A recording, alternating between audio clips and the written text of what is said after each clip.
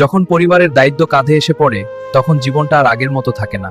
ধীরে ধীরে রঙিন পৃথিবীর সঙ্গে দূরত্ব তৈরি হয়। নিজের স্বপ্ন, ভবিষ্যতের ইচ্ছে, পছন্দ অবকিছু একে একে পরিবারের প্রয়োজনের কাছে হার মানে। যে মানুষটি একসময় নিজের জন্য বাঁচত, সে বুঝতে শেখে এখন তার প্রতিটি সিদ্ধান্ত অন্যদের সুখের সঙ্গে জড়িত। বুকের ভেতর অজস্র কষ্ট জমে থাকে, তবুও মুখে রাখতে হয় হাসি। শরীরে শত রোগ বাসা বাঁধলেও ডাক্তার দেখায় না। অভাব, দুশ্চিন্তা আর অগণিত চাপের মাঝেও বলতে হয়, আমি ভালো আছি। অনেক সময় মন চায় একটু ভেঙে পড়তে, কিন্তু সে সুযোগটুকুও মেলে না। কারণ আমি যদি একবার থেমে যাই তাহলে আমার উপর নির্ভর করা মানুষগুলো দিশেহারা হয়ে পড়বে। তাই নিজের কষ্ট আড়াল করে তাদের জন্য শক্ত হয়ে দাঁড়াতে হয়। নিজের কোনো শখ আহ্লাদ থাকে না, পরিবারের সকল চাহিদা পূরণ করে সবাইকে হাসি খুশি দেখলেই সবচেয়ে বড় আনন্দের লাগে। সে শুধু চাই তারা যেন হাসি খুশি থাকতে পারে, কোনো অভাব যেন বুঝতে না পারে, শান্তিতে বাঁচতে পারে। এই ভেবেই সারা জীবন নিজের সাথে যুদ্ধ করে, শুধুমাত্র পরিবারকে একটু ভালো রাখার জন্য।